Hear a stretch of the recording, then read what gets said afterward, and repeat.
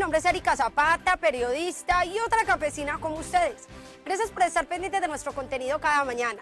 Bienvenidos a la finca de hoy. En esta ocasión los saludo desde este predio llamado Isabela, ubicado en el municipio de Santa Fe de Antioquia.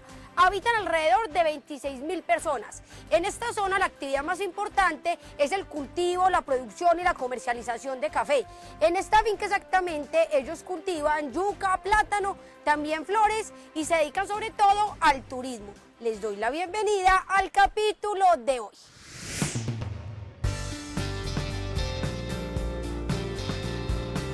Por medio de estudios e investigaciones, algunos expertos lograron llevar al árbol del cacao más allá. Si yo les dijera que por medio del mucílago se puede obtener celulosa, ¿entenderían? En el siguiente informe lo comprenderán.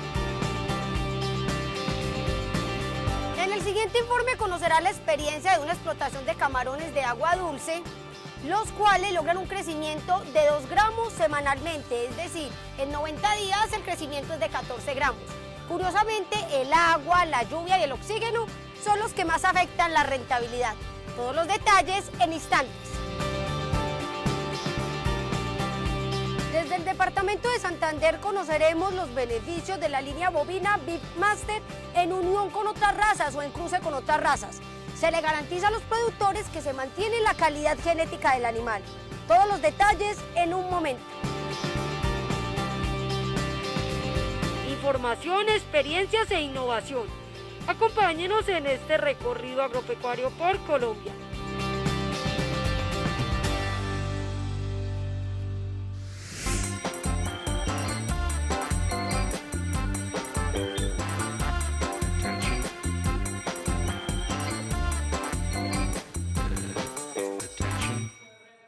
El área de investigación de la Universidad Industrial de Santander viene trabajando un proyecto basado en la utilización del mucílago del cacao para la creación de materiales funcionales en el área alimenticia y otras industrias. En este apartado de la institución existe una línea específica relacionada con el estudio de biopolímeros, específicamente de la celulosa, siendo esta la más abundante en el mundo, pues está presente en especies vegetales y animales. El objetivo principal de los estudios es producir celulosa a partir de microorganismos, utilizando como fuente el subproducto del cacao. En este caso, estamos utilizando el mucílago de cacao, el jugo, el exudado del mucílago de cacao como fuente de carbono para producción de celulosa bacteriana. En este caso se llama celulosa bacteriana o biocelulosa. Esa celulosa bacteriana, a diferencia de la celulosa vegetal, se biosintetiza 100% como celulosa. La celulosa vegetal que nosotros conocemos, que está presente en plantas y en árboles, esa celulosa viene biosintetizada junto con lignina y hemicelulosas. En el caso de la biocelulosa, que es el material que nos interesa a nosotros, es un material 100% celulosa. Eso quiere decir que, a diferencia de la celulosa que viene de plantas, es muy fácil su manipulación y su transformación. El interés por producir biocelulosa que pueda ser utilizada como un alimento funcional viene de los beneficios que puede traer. Este material no es metabolizado por el aparato digestivo de los seres humanos, sino que es tomado como una fuente de fibra que ayuda a mejorar los procesos de digestión. Para lograr obtener la biocelulosa, además del mucílago, es necesario agregar una bacteria denominada Acetobacter. Le preguntamos a nuestra entrevistada, que es química de profesión, cómo es el proceso para que se produzca y con un ejemplo sencillo nos explica. Imagínese usted cuando la abuelita hacía el crochet, la abuelita tenía un hilo y ella iba haciendo con una agujeta un crochet para hacer un producto, ¿cierto? Que puede ser una carpeta o puede ser una película, un mantel. Entonces, la bacteria hace exactamente lo mismo, pero ¿cuál es su hilo? El hilo de la bacteria son los azúcares simples que están presentes dentro del mucílago de cacao. Entonces, el mucílago de cacao es rico en sacarosa, glucosa y fructosa, que son 3 azúcares. Entonces, la bacteria lo que hace es tomar esa glucosa, tomar las moléculas de glucosa y unirlas una después de la otra hasta formar un hilo larguísimo, y ese hilo larguísimo es la celulosa. En este envase, el líquido oscuro es el mucílago del cacao, que ya ha pasado por un proceso de esterilización bajo calentamiento y en el cual las bacterias ya han trabajado. La película que se forma en la parte superior es la celulosa. Mientras realizábamos nuestro informe, tuvimos la oportunidad de probar este material cortado en pedazos pequeños y mezclado con pulpas frutales de mora y maracuyá. La celulosa logra asemejar la sensación en el paladar como si se estuviese consumiendo trozos de aloe vera. Adicionalmente, también se están haciendo exploraciones con los estudiantes de química de la Universidad Industrial de Santander a nivel de pregrado, maestría y doctorado para utilizar esa celulosa como base de materiales cosméticos o materiales avanzados que sirvan, por ejemplo, para aplicar productos de belleza, porque es un material que tiene una alta porosidad, es un material que puede retener casi su 90% en agua, y es un material que es biocompatible con la piel de los seres humanos. Actualmente no hay materia en grandes cantidades para producir celulosa. La mayoría de industrias utilizan los azúcares provenientes de alimentos como la caña de azúcar, algo que podría generar competencia con el consumo de los humanos. Por eso, el proyecto de estos investigadores pretende hacer un uso total de los frutos del árbol de cacao, obtener un producto alimenticio derivado de sus residuos e innovar con el uso de materiales como el mucílago que suelen desperdiciarse.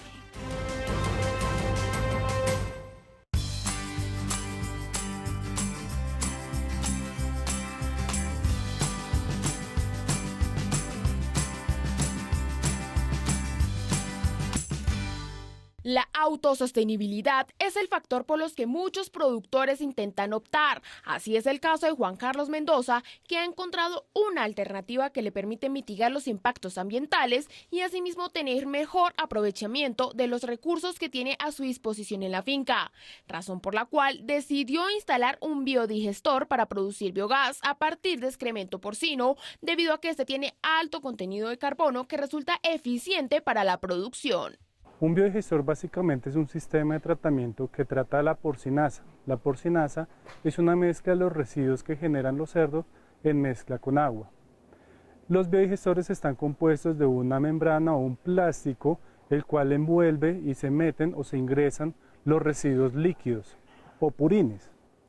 El material que tiene la porcinasa, no solo de los materiales del estiércol que se puede degradar como materia orgánica, también hay material que no se descompone como pelos, escamas y otros materiales que provienen del lavado de los sistemas de donde están alimentándose y donde están los cerdos en los galpones.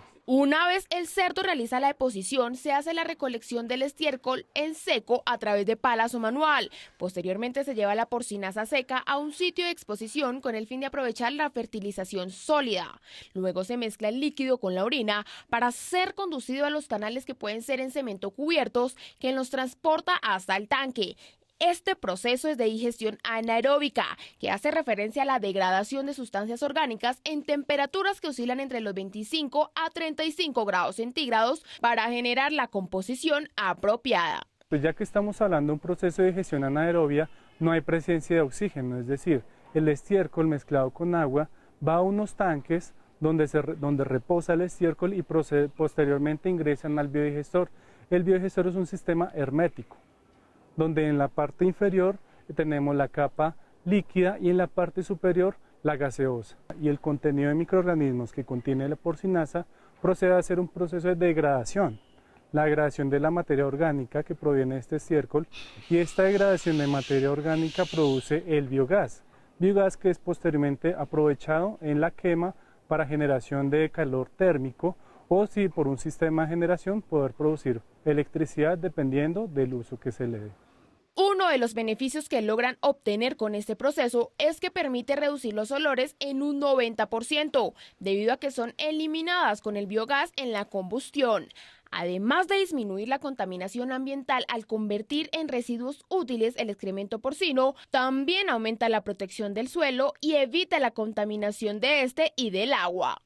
El biogás en la granja, como finalmente es una mezcla de CO2 y metano, el metano, un gas de efecto invernadero que al proceder a quemarse puede generar CO2, es decir, ese proceso de combustión puede ayudar al proceso de calentamiento de los cerdos, porque estamos hablando de un gas combustible. Además, uno de los principales beneficios del biodigestor para producir biogás es que suple las necesidades enérgicas rurales, incrementando la producción de energía renovable como lo son luz, electricidad y calor. Cuando estamos aprovechando el combustible me va a generar un aprovechamiento térmico. Este aprovechamiento térmico yo lo llevo, por ejemplo, para el calentamiento de los lechones. Cuando yo aprovecho esta energía para calentamiento de los lechones, evito el uso de energía eléctrica que está en el sistema interconectado nacional, reduciendo así mi factura eléctrica.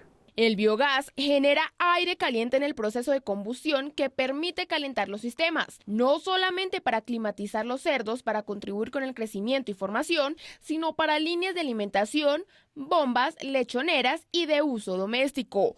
Una de las recomendaciones es no permitir la entrada de agua, lluvia u otros líquidos que afecten el proceso.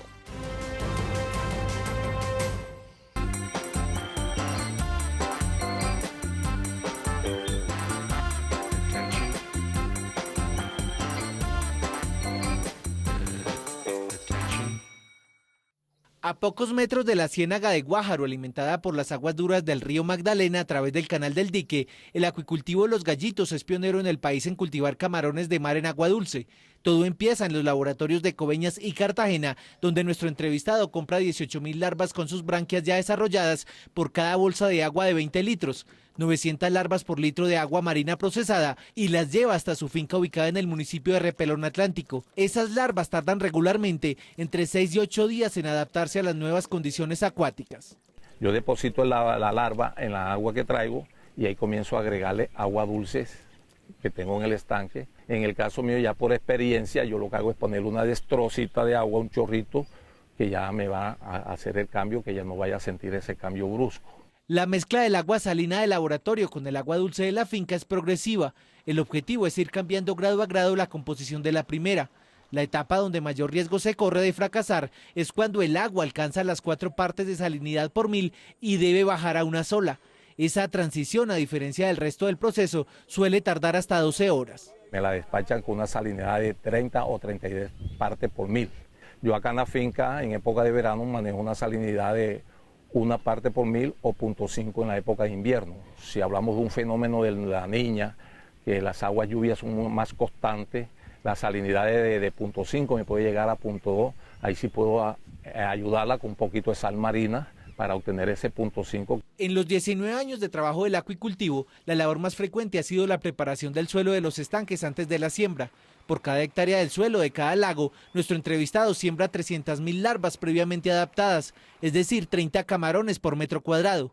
Se habla de metro cuadrado porque esta especie de mariscos habita directamente en el suelo. Debo meter un tractor, mover la tierra, eso me ayuda a oxigenar los suelos. Tiramos el calcio en un carbonato, que eso me va a servir como calcio de la textura del animal. Y el hidróxido de cal, ese es un hidróxido que me sirve para desinfectar estanques, donde me quedan charcas, podridas. Lo comienzo a llenar 3 días antes de la siembra de la poslarva. El día de la siembra tengo que meter una jaulita que llamamos jaula de testigo. Ante la siembra yo meto 200 poslarvas, 24 horas antes de la siembra, y ahí al día siguiente la observo. Si la larva me sobrevivió, y procedo a sembrar el día siguiente. Sembrados los camarones, los primeros 15 días son alimentados con concentrado compuesto por 35% de proteína, suministrado al boleo. Debido a que estos animales se concentran inicialmente en las orillas, pasado ese tiempo ellos hacen uso de este novedoso ingenio de nuestro entrevistado, cuyo objetivo es entregar la cantidad requerida de acuerdo con los periodos de muda y la disponibilidad de oxígeno, por lo que varía su apetito. El comedero es el indicador que me va a decir si reajusto alimento, y ahí comienzo los primeros 5 días después de tirarle 50% al comedero y el otro 50% alrededor del comedero hasta adaptarlo 100% al comedero. Y las dietas alimenticias las hago 3 veces al día. Lo hago 7 de la mañana, 11 de la mañana y 2 de la tarde. En la camaronicultura se aprovechan principios que son también de vital importancia en la piscicultura y son el pH, el balance del oxígeno y de la temperatura. El pH debe mantenerse en 8. La ausencia de oxígeno por periodos de más de 2 horas suele ser mortal, especialmente en las madrugadas después de la 1 de la mañana, razón por la que en los estanques se utilizan estos aireadores con paleta y se realizan recambios de agua y mediciones frecuentes con oxímetros. Mido a las 5 de la tarde, medianoche y 3 de la mañana. El de las 5 de la tarde me va a decir cómo se me va a comportar de la medianoche y el de la medianoche me va a decir cómo me va a comportar el de la mañana. La mayor pérdida de oxígeno ocurre en épocas de lluvia debido a la abundancia de algas. Aparte de las soluciones temporales, nuestro entrevistado acostumbra dividir la cosecha en 2 tandas para evitar la sobrepoblación. En ese periodo de 65, 70 días tengo un camarón que asimila entre 8 y 9 gramos. Se llama acá en el gremio como camarón tití. Entonces yo lo que hago es hacer una precosecha, descargar un poco la piscina, sacarle 500 kilos de ese camarón que también tiene mercado, es un camarón que todo y descanso la piscina. La cosecha final ocurre a los 90 días, siempre y cuando se tengan las condiciones ideales de temperatura del estanque para garantizar rendimientos de 14 gramos de peso por animal. Las temperaturas ideales promedian los 28 a los 35 grados. Aunque estemos acá en la costa, lo que es la época de noviembre, diciembre, enero, acá brisa mucho y las noches son un poco más heladas.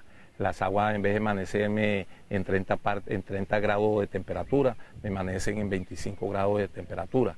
Si tengo una baja temperatura, el animal tiene un poco metabolismo. Cambios de luna también los afecta en esa época y vuelven y cogen el ciclo de rondear y eso te dura un mes y medio de rondeo. Entonces los crecimientos, en vez de sacarlo en 90 días, se me está yendo a 120, 130 días. Otro aspecto que afecta a los rendimientos es la actitud migratoria durante los meses de enero y febrero, donde en Cardumen los camarones pasan el tiempo dando vueltas en el estanque sin consumir alimento hasta por 3 días consecutivos. Los mayores rendimientos se obtienen de marzo a agosto. Una señal de que algo anda mal es cuando los camarones se orillan, buscan la superficie o flotan y se van muriendo. Ahí también son presa fácil de las aves depredadoras como la gaviota y la garza. Además del pato buzo que llega a la zona entre los meses de noviembre y enero cada año y está en capacidad de consumirse por día hasta 1 kilo de camarón. La trivia del campo. Conviértete en un experto con la finca de hoy. Pregunta. El HLB es una enfermedad que ataca las plantaciones de A. Hortalizas, B. Cereales, C. Cítricos. Piénsalo bien y descubrirás la respuesta correcta.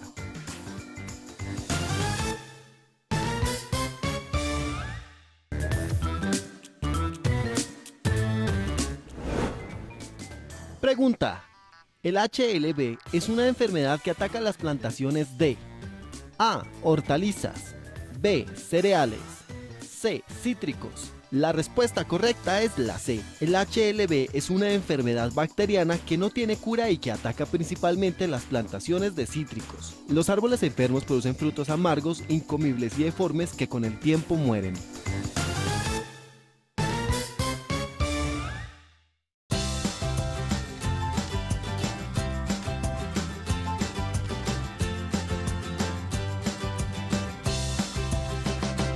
Las vacunas son preparaciones destinadas a evitar el contagio y la proliferación de enfermedades dentro de una granja avícola. Su función es la de generar en el organismo inmunidad frente a una determinada enfermedad, estimulándolo para que produzca anticuerpos que luego actuarán protegiéndolo frente a futuras infecciones, ya que el sistema inmune podrá reconocer al agente infeccioso y lo destruirá. Es importante que los productores o poseedores de aves tengan presentes las indicaciones de un profesional en medicina veterinaria y zootecnia para que guíen los aspectos técnicos que deben ser tenidos en cuenta de acuerdo con el tipo y especie de ave, sistema productivo y edad para determinar qué biológico, vía de aplicación y esquema de acuerdo con la necesidad. Es importante que vacunen las aves, principalmente por evitar la diseminación de enfermedades. Esto se va a ver repercutido en pérdidas económicas a futuro, ya que pues muchas veces la gente que tiene aves de traspatio las utiliza como medio de consumo o de sustento diario. Entonces, realizando este tipo de vacunaciones, nosotros vamos a prevenir obviamente pérdidas económicas. Actualmente el Instituto Colombiano Agropecuario ICA maneja 3 enfermedades de control oficial en las que ha centrado esfuerzos para prevenirlas mediante el esquema de vacunación. Enfermedad de Newcastle. Es una enfermedad de tipo viral, por tal motivo los antibióticos no actúan sobre ella. La única opción que nosotros tenemos para controlarla es la vacunación, de ahí la importancia de que todos vacunemos nuestras aves. Esta es una enfermedad que cursa principalmente con un cuadro respiratorio y cuadros neurológicos, es decir, secreción en las aves, congestión, decaimiento, y en algunas ocasiones cuando se presenta el cuadro neurológico observamos parálisis de las aves, cuellos torcidos, tortícolis, movimientos incoordinados, lo que pues llama mucho la atención. Influenza aviar. Afortunadamente en Colombia somos un país libre de influenza aviar. Por tal motivo, las acciones que realizamos nosotros como ICA son encaminadas a establecer que el virus no se encuentra circulando dentro del territorio. Salmonelosis aviar. Esta es de importancia ya que causa grandes pérdidas económicas en los planteles y a nivel de aves de transporte también.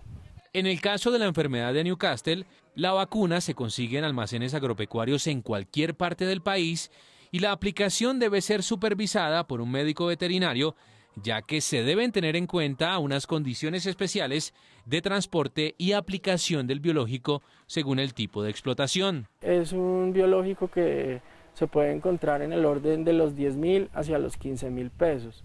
Generalmente vienen en dosis para 1.000 animales, lo cual pues si tenemos en cuenta la cantidad de animales que podemos inmunizar, pues el costo-beneficio creo que sería muy bueno. En caso de conocer anormalidades en la salud de las aves como mortalidad alta por causa desconocida, síntomas respiratorios como secreción nasal, ocular, ruidos respiratorios, cabeza hinchada, neurológicos como incoordinación, ataxia, cuello torcido, digestivos como diarrea, deben notificarlos ante la oficina del ICA más cercana para prevenir la diseminación de enfermedades.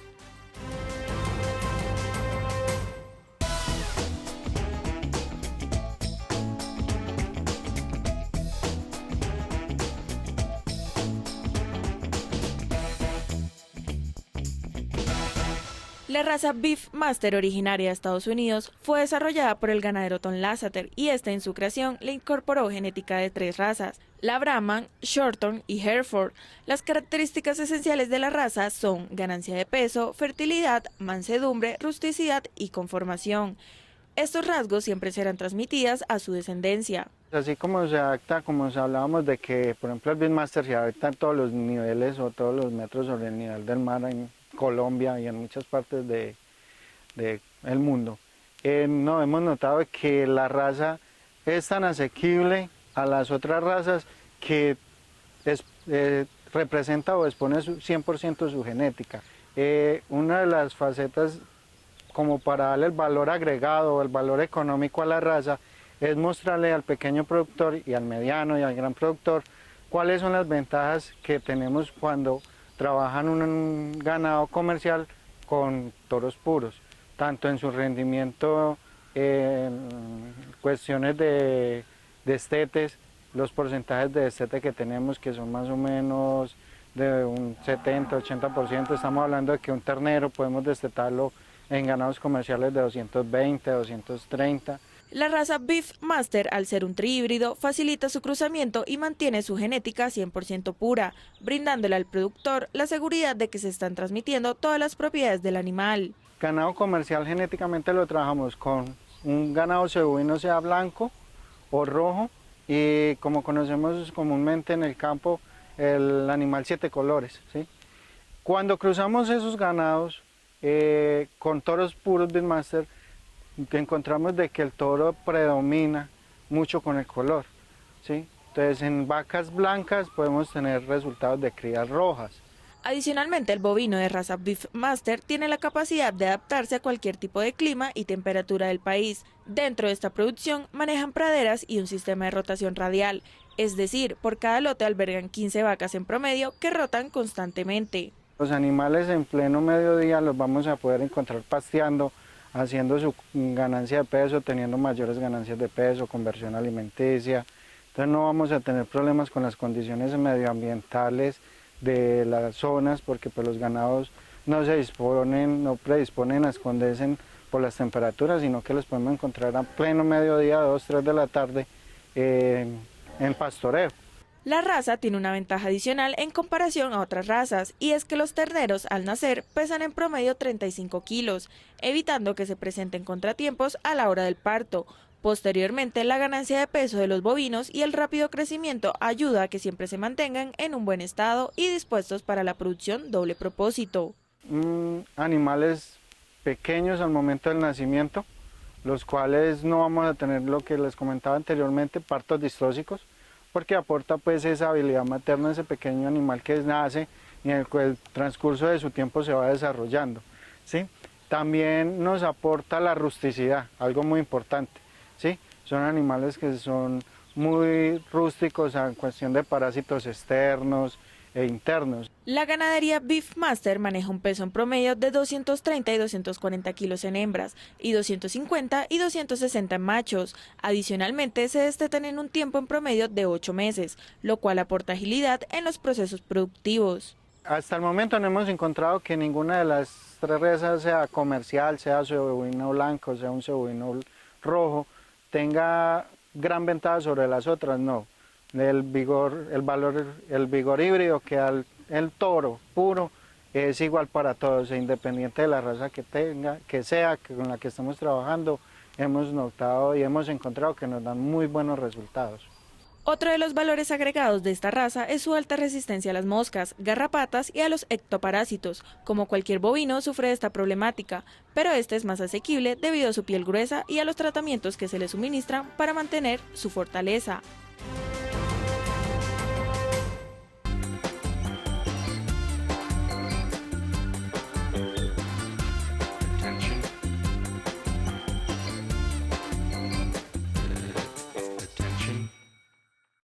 La papa es uno de los productos en Colombia con más altos índices de producción, pues de acuerdo con el último informe de la Encuesta Nacional Agropecuaria en el 2018, se produjeron más de 3 millones de toneladas, razón por la cual agricultores trabajan incansablemente para cosechar papa de alta calidad y aumentar cada día la competitividad en el mercado.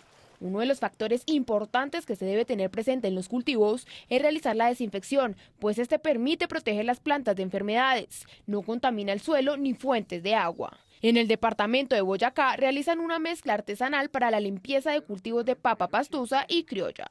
Para obtener una papa de calidad hacemos un proceso de desinfección para controlar insectos, controlando con productos repelentes, como es con altamisa, con ají, con hinojo, con pimienta, con tabaco. Entonces se hace una premezcla y se hace una desinfección, de 2 a 4 desinfecciones por la raíz para que el tubérculo no salga sin químicos, no salga contaminado. La razón principal por la cual este agricultor optó por realizar esta mezcla artesanal para desinfección en cultivo de papa es para mitigar la contaminación del suelo y por ende del producto, pues así garantizan una papa baja de tóxicos y de alta calidad. La mezcla se compone de 5 kilos de altamisa, se hace en partículas pequeñas, se cogen 5 kilos de tabaco, se cogen 5 botellas de ají, de ají molido, y 5 libras de hinojo, y se deja germinando por 30 días en una caneca de 55 galones. Y él se deshace en los 30 días y nos da el producto biológico que queremos para tener la producción que necesitamos. Se hacen unas partículas, se cogen estos productos, se hacen partículas y se premezcla y se hace con agua 5 kilos de cada producto por una caneca de 55 galones y se le agregan 5 kilos de tabaco y se deja fermentando por 30 días para que este producto tenga la cobertura de que coja todas las acideces y nos sirva para la aplicación. La primera aplicación de esta mezcla artesanal se realiza al momento de la siembra, es decir, se riega la semilla para que pueda empezar a germinar sin problemas de toxicidad. Edgar Orlando Ricaurte recomienda realizarla con bomba de espalda. Luego, cuando esté en su etapa de maduración y floración, se realiza la segunda desinfección planta por planta, entre 2 a 3 aplicaciones. Desde ese momento se realiza un control en intervalos de 20 días. Cuando está la planta en floración, ella echa a coger ya el tubérculo, empieza a formarse los tubérculos, entonces es el momento de hacer la primera desinfección. Pasados 15 días ya la planta se cae la floración y el tubérculo echa a crecer, a engruesar, entonces es el momento de hacerle la otra aplicación. La tercera aplicación de esta mezcla artesanal, en el caso de la papa criolla, se realiza cuando la papa pasa de una tonalidad naranja amarilla clara, con el fin de eliminar cualquier impureza que pueda perjudicar la papa. Finalmente, se realiza la cuarta y última aplicación, que es cuando el alimento tiene una tonalidad completamente amarilla. Estos son algunos de los beneficios que ha tenido este agricultor al usar la mezcla artesanal. Para los resultados que nos dan es para que primero no contaminamos la tierra, no contaminamos el producto que necesitamos para obtener la materia prima para poder hacer el delicioso manjar de papa. Entonces los cambios son bastante benéficos porque obtenemos un producto, una papa baja en tóxicos, no es ya contaminada. Pues el aspecto de la papa sigue siendo el mismo color, sino que la papa al consumirla, al hacerle consumo, nos queda más natural, más seca, más deliciosa, porque lo hace con producto natural, entonces no adicifica el tubérculo. Según nuestro entrevistado, esta mezcla le ha resultado rentable porque produce papa de alta calidad y asimismo protege el suelo. Sin embargo, no olvide que para cosecharla debe brindarle los manejos adecuados, como una temperatura que oscila entre los 15 grados y 20 grados centígrados, con suelos franco-arenosos de textura liviana y buen drenaje. Con esto garantizará el crecimiento de la papa.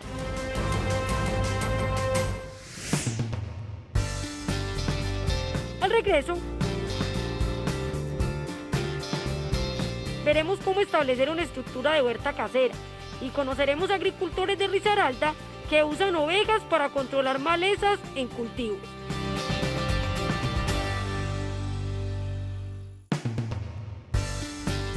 Ahora nos desplazamos al departamento de Bolívar, donde conoceremos los parámetros productivos y reproductivos de una finca ganadera que lleva más de un siglo de existencia.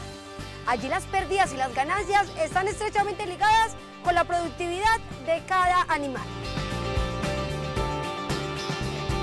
Las huertas caseras son estrategias a las cuales recurren los agricultores para minimizar costos y para ayudar al medio ambiente. Consultamos a un experto que nos dará algunas recomendaciones o consejos para tener en cuenta en el establecimiento de estas huertas. En nuestro recorrido por el departamento de Risaralda, conocimos la historia de un productor que en vez de utilizar herbicidas para eliminar la maleza de su cultivo de guanábana, hace uso de las ovejas. ¿Cómo lo logra? Ya se los contamos. Continuamos en este recorrido agropecuario por Colombia.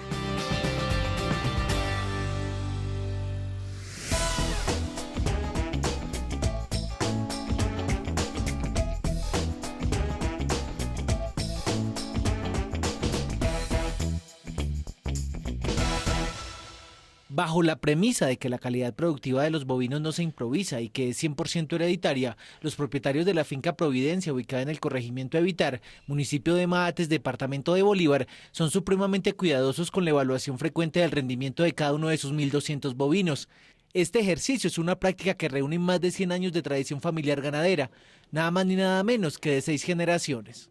Cada animal es evaluado bajo los criterios de mi padre, de mi cuñado y mío, que nos reunimos una vez a cada 6 meses y evaluamos cuál es y le damos una puntuación a cada uno de los animales para ver si se van a la otra finca a manejar F1 o si se quedan dentro del programa de puros de la ganadería.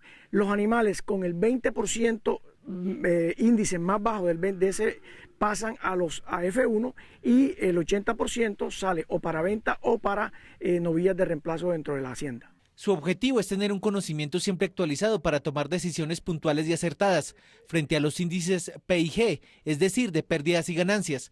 Según los propietarios de esta finca de 450 hectáreas de extensión, la ganadería es un negocio netamente matemático regido por la productividad de los animales y de acuerdo con ella genera ingresos, egresos y utilidades, los cuales necesitan de administración constante. Por ello, su aliada principal es la toma de registros y su respectiva evaluación y seguimiento. Nosotros tenemos una hoja de cálculo donde nos sale un índice de vaca. En él tenemos pesos específicos por cada uno de los parámetros que se manejan. Un 20% se le da al peso del animal a los 205 días, un 20% al peso del animal a los 120 días, se le da un 30% a el interparto que ha tenido la madre de la vaca, que eso se transmite mucho, y el otro porcentaje es una evaluación fenotípica que hace las personas que manejan la ganadería. 70% se le da a la evaluación de parámetros productivos y reproductivos y una parte a la parte fenotípica. La idea es que con el ejercicio que se materializa en la selección de los animales de mayor potencial, identificados mediante las mediciones, se obtenga un mejoramiento íntegro año tras año. Pesamos todas las semanas y ajustamos los pesos a 120 y a 205 días, por ejemplo. Y se hace una evaluación semestral, no exactamente de enero a junio, sino en época seca y en época de lluvia, porque esos parámetros, los pesos varían mucho de acuerdo a la estacionalidad. Entonces hacemos un análisis de cuál es la afectación real de la lluvia o de la época seca. El ejercicio de pesaje inicia con el nacimiento y continúa los 4 meses de vida de cada animal, es decir, 90 días antes de que se realice su destete. En el caso de las novillas, el trabajo es más detallado, debido a que con él se busca intervenir los rendimientos reproductivos. A la edad de 18 meses se vuelve a pesar las novillas. Estas novillas dentro de la selección que se está haciendo están llegando a 360, 370 kilos. Entran al programa de inseminación o se pasan a toros a los 420 kilos, que aproximadamente tiene la edad de 21 meses. De ahí se hace palpaciones cada 45 días y se sigue viendo el animal, su proceso. Aquellos animales que a los 34 meses no han sido preñados se descartan y se llevan a matadero. Técnicamente en esta finca las vacas Brahman blancas han registrado el menor número de días de intervalo entre partos con 389, lo que significa que una de estas vacas se demora 1 año y 1 mes en dar un ternero, 11 días menos que las vacas Brahman rojas, animales que teóricamente son más grandes y sensibles a las condiciones de la zona. Aquí se trata que los intervalos de parto estén por debajo de los 420 días. En Colombia tenemos un problema que las vacas, el intervalo entre parto del hato nacional está casi llegando a los 600 días. Eso significa que estamos teniendo un ternero cada 2 años. Nosotros aquí tenemos que tener un ternero por lo menos que la vaca para cada 400 días. En la evaluación frecuente también se tienen en cuenta otros parámetros como la cantidad de animales que pastorean por hectárea al año y la cantidad de leche y carne producidos en esa misma unidad de área durante el mismo periodo de tiempo. Tenemos un sistema de riego bastante moderno para producir comida durante los 365 días del año. Mi abuelo siempre me dijo que el 70% de la genética entra por la boca. Entonces, más que ganaderos, también hay que ser agricultores de pastos. Los forrajes utilizados en esta finca, cercana además al Canal del Dique, son Alemana, Estrella, Angleton, Climacuna, Braquipará y Admirable.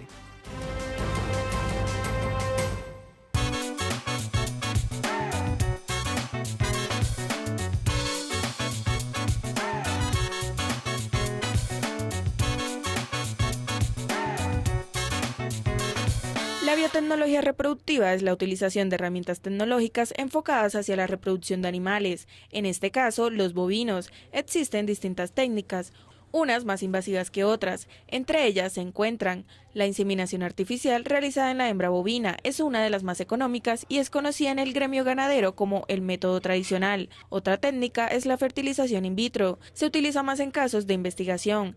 También podemos encontrar la clonación de animales o la transferencia de embriones. La biotecnología reproductiva es la aplicación de tecnologías clínicas, médicas o tecnología de punta hacia el avance clínico reproductivo de los animales, representados en mejoramiento genético. Uno de los fines de la biotecnología reproductiva es la transmisión total de genes de un bovino a otro, dando como resultados índices mayores en la tasa de producción doble propósito y en la ganancia de peso de los animales. La aplicación de biotecnologías en hembra bovina lo que permite es potenciar el valor genético de los animales. Así como tenemos animales de razas criollas o de razas genéticamente puras y avanzadas, podemos clasificar estos fenotipos y estos genotipos para producir un mejoramiento en cada una de las fincas, así utilizando animales de alta tecnología o de alto componente genético, mejorar las características de los animales en nuestras fincas. Otro de los objetivos de la tecnología es la obtención de los mejores ejemplares, permitiendo que todos los animales manejen líneas genéticas puras capaces de ser transmitidas en un 100% a su descendencia. Digamos que todos los animales están dispuestos a las biotecnologías, Hay biotecnologías que son un poco más específicas para animales de genética pura. Si nosotros queremos inseminar algún animal por medio de la inseminación artificial, lo podemos hacer en cualquier hato lechero o en hato ganadero, pero si queremos llegar a trabajar una tecnología de punta como la fertilización in vitro, tenemos que hacer una selección más exhaustiva de los animales a trabajar. Cualquier raza puede desarrollar su valor genético y más aún si se utilizan técnicas como la inseminación artificial, dado que pueden ser transportados los genes de forma totalmente segura, sin necesidad de estar incomodando a los animales de un lado a otro, además de evitar estrés o posibles enfermedades. Cuando nosotros hablamos de la técnica de inseminación artificial es aumentar el potencial reproductivo en cada uno de los toros. Primero que todo, se lleva posterior a una colecta y ovulación seminal, este semen a ser almacenado en tanques de nitrógeno a menos 196 grados. El mayor mejoramiento genético que tenemos es que de un solo eyaculado de un toro podemos llegar a producir 300 o 400 dosis para inseminar vacas. Todas las técnicas de biotecnología reproductiva, desde la más económica hasta la más costosa, pueden producir unas crías con unas características de alto valor genético que le aportan al ganadero una mayor productividad. Un productor que no ha comenzado en este proceso, lo ideal es que busque una asesoría profesional que lo vincule primero a lo que es la inseminación artificial, que vaya ligado al manejo nutricional de los animales, al manejo propio de los animales dentro de la finca y con excelentes resultados ir avanzando en la consecución de resultados. Normalmente cuando se hacen trabajos de embriones se busca obtener descendencias que igualen o superen a la potencial donadora. Entonces siempre se va a buscar que las descendencias obtenidas en los hatos tengan un potencial productivo en producción de leche, en producción de carne, según sea el fin zootécnico de cada finca, superior a la progenie de la que está demandando. La principal recomendación que le puedo dar a los productores es que siempre vayan paso a paso en la aplicación de cada una de las biotecnologías y que no solamente se confíen del valor económico y del valor técnico para obtener resultados. Finalmente, las técnicas como la transferencia de embriones o la fertilización in vitro permite aumentar la productividad en las vacas que serán donadoras, ya que normalmente una vaca en su vida promedio da 9 crías al año, mientras que por la adopción de esta tecnología se pueden obtener hasta 60 crías del mismo animal. El éxito de su implementación dependerá también del adecuado manejo de los animales.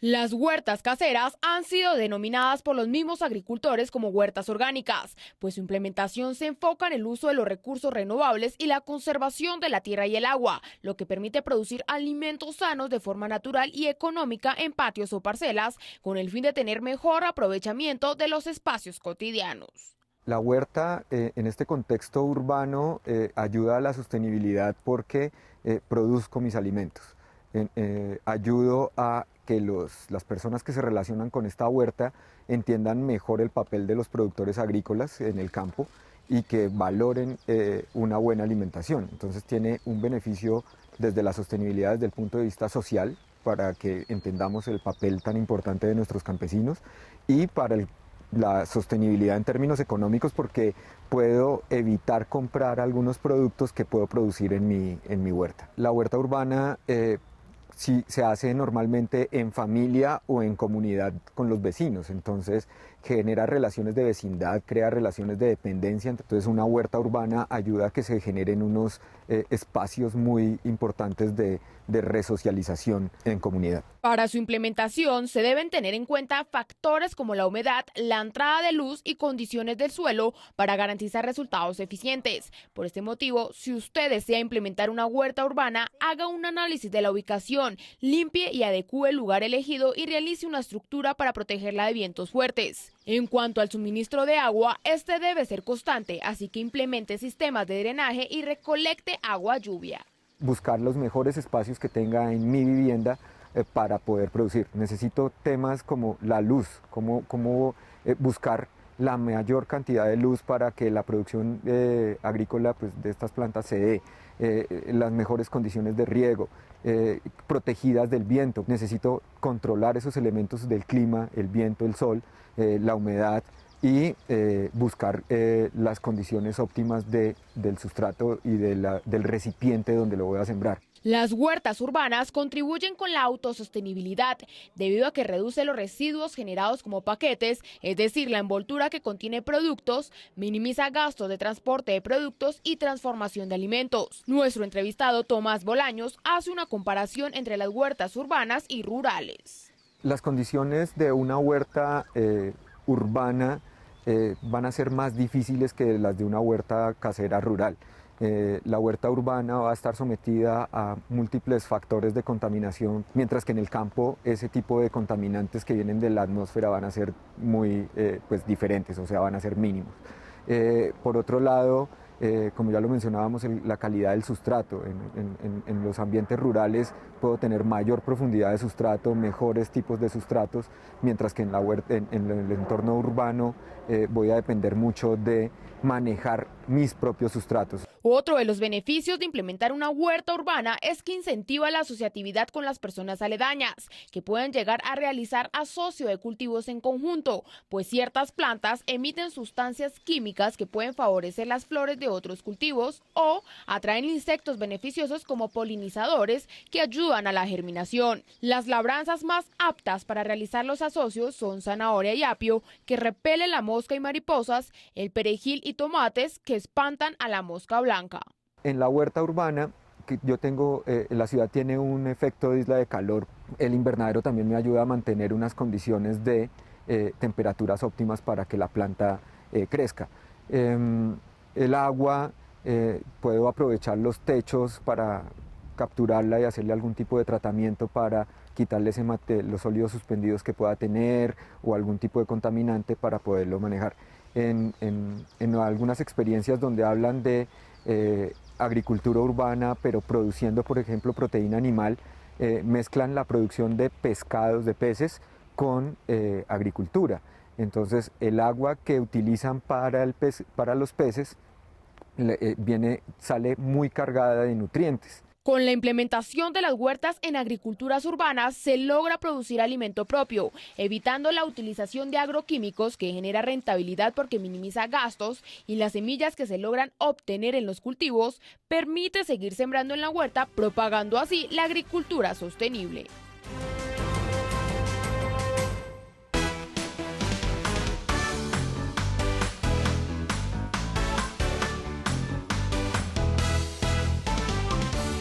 Felipe Buitrago es un agricultor ganadero del corregimiento de Caimalito en Pereira que decidió dejar a un lado los herbicidas y las guadañas para erradicar la maleza de su cultivo de guanábana con un grupo de 20 ovejas jóvenes que están entre los 3 y 6 meses de edad. Las metimos como por un ensayo aquí a este cultivo de guanábanas y nos encontramos con que ellas son una opción muy buena para controlar todas las vegetales que crecen dentro del cultivo de guanábana, el pasto y los arbences, toda la hoja ancha y hoja angosta, con excepción de unas pocas que ellas no se comen, pero todo lo demás se lo comen. Ustedes ven cómo está el cultivo en este momento, que está controlada la maleza, y son las ovejas las que controlan la maleza. En este momento, digamos, tenemos pocas aquí en la finca porque acabamos de despachar una cantidad considerable de ovejas a otra finca cercana donde van a hacer un ensayo para saber si ellos definitivamente se meten también a controlar la maleza del cultivo con estos animalitos. Desde hace 10 años, don Felipe inició con esta estrategia que le ha ahorrado gastos en combustible, contratación de operarios y ha contribuido con el cuidado del medio ambiente. Lo que más ayuda es en el tema ambiental y en el tema económico, lógicamente. En el tema ambiental, porque en vez de tener que poner herbicidas que son altamente contaminantes, pues entonces controlamos esta vegetación con los animales que se la comen. Y en el tema económico es que ellas son una guadaña a la cual no hay que ponerle combustible, sino que el combustible es el mismo pasto que ellas se están comiendo. Las rutinas son diarias. Sobre las 8 de la mañana salen del establo en donde amanecen y se diseminan por el cultivo hasta las 4 de la tarde. Como es habitual, el rebaño regresa para alimentarse con silo de maíz y concentrado en este lugar que es donde pernoctan. Las acabamos de soltar y ellas ahora se riegan por todo el cultivo y prácticamente es imposible entrarlas antes de las 4 de la tarde. Pero como ellas ya saben que a las 4 de la tarde van a entrar a comer algo sabroso, pues aquí están al lado del broche de salida del cultivo desde las 3 o 3:30, están aquí esperando que les abran y se van solitas para allá. Ellos son animales gregarios y siempre están juntos. Casi nunca hay un animal que se separa del grupo, casi nunca. Casi siempre uno los ve juntos. Y hay unas que son, sobre todo las matronas, hay unas ovejas que son líderes y para donde ella va sigue todo el rebaño. Este modelo ha sido probado en el cultivo de caña con resultados exitosos. Sin embargo, en cítricos hay inconvenientes, ya que los animales se comen los frutos, las hojas y los tallos de los árboles. Nosotros fuera del cultivo de guanábanas tenemos un cultivo de naranjas también. E hicimos el ensayo con ellas en los naranjos. Allá no se pueden tener porque se comen las hojas, se comen las frutas y hasta dañan los tallos de los árboles de naranja. Nos encontramos que el sitio ideal era aquí. Yo he hecho ensayos en el cultivo de la caña y ellas pueden ayudar mucho en el control de maleza, en los callejones y hasta dentro del cultivo de caña. Yo no seguía haciéndolo por lo que les hablaba ahora hace un ratico del problema de darles agua. Pero en la caña sé de experiencias muy importantes de controlar la maleza con ovejas. Las ovejas que utilizan para esta estrategia son de razas criollas cruzadas con razas especializadas como Santa Inés, Catadín y Peligüey. Su tránsito por el cultivo es hasta los 6 meses, tiempo en el que son vendidas con pesos entre los 30 y 35 kilos. En este predio llamado La Isabela hay 50 gallinas ponedoras, pues esos huevos que ponen son para consumo familiar, también se dedican a la agricultura porque hay plátano, yuca y hay otro tipo de animales, como les contaba en un principio, es una finca muy reconocida turísticamente, la extensión es de 1 hectárea. Y lastimosamente hemos llegado al final de nuestro programa, pero esperen mañana más historias, anécdotas e información del campo colombiano. Las personas que están en otros países nos pueden ver a través de la señal de Caracol Internacional y ustedes a través de las redes sociales que aparecen en pantalla. Ustedes no solamente son los protagonistas de este programa, también del trabajo de la tierra del país. Mañana tenemos otra cita bien temprano con la finca de hoy, pero quien madruga, Dios le ayuda. Hasta pronto.